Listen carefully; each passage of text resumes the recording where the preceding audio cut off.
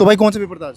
आज भाई हमारा था एनटी का सीयूईटी एग्ज़ाम था कॉलेज सेंट्रल यूनिवर्सिटी के लिए। कौन सा था एग्जैक्ट? एग्जैक्ट इंग्लिश और अकाउंटेंसी था। अच्छा, तो और पेपर में क्या से रहा क्वेश्चन? पेपर में क्वेश्चन इजी थे, मतलब जो पढ़ के गए उनके लिए भी आसान था और जो नहीं पढ़ के गए उनके लिए भी आसान था। एनसीईआरटी से जैसे पढ़ी होगी आपने तो हाँ। कैसा रहा कि मतलब लगा? एनसीईआरटी से भाई पेपर सारा तो एनसीईआरटी से नहीं होता, पेपर होता थोड़ा बहुत बाहर का भी है, पर हाँ इजी था पेपर। 60 मिनट में पेपर हो गए, मतलब लगा 60 मिनट पेपर हो रहा है। हाँ पेपर 60 मिनट के जितनी टाइम ड्यूरेशन थी उससे पहले आ गए। सच्ची बता रहा हूँ, 30 मिनट में पेपर हो गया था। इंग्लिश का इंग्लिश का तो 1 घंटा लगा था पूरा। लगा था, ठीक है। बाकी अकाउंट्स का कुछ आता नहीं था।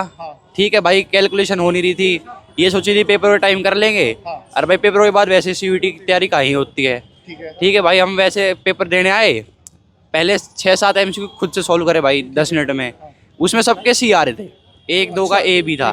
भाई मैंने कर दी सबके सी। उसके बाद भाई आधा घंटा हम सारे भाई एक साथ बैठे थे 5-6।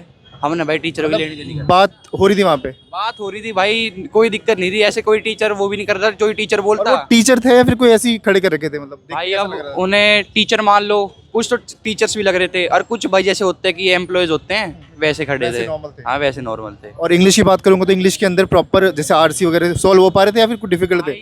आरटीसी तो बहुत आसान थे, कोई दिक्कत नहीं थी भाई। आरटीसी तो मैंने सिर्फ वो था लाइन पढ़ी और दे दिया। ठीक है। ठीक है, मेन जो थे जैसे कि कई इंग्लिश मोस्टली तो आसान थी, मेन थी जैसे कि डिफिकल्ट वर्ड्स आ गए।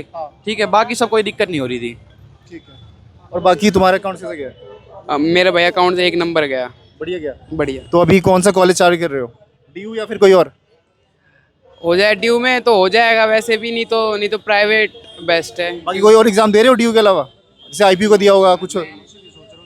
कौन सा? NCU, NCU. North cap university, sector 22 Gurgaon. अच्छा ठीक है, तुम्हारा कोई तो सोचा होगा? हाँ एम जीडी गोइंग का यार केआर मंगलम या एमएटी। चलो ऑल दी बेस्ट भाई, ठीक है, चलो जी ओके।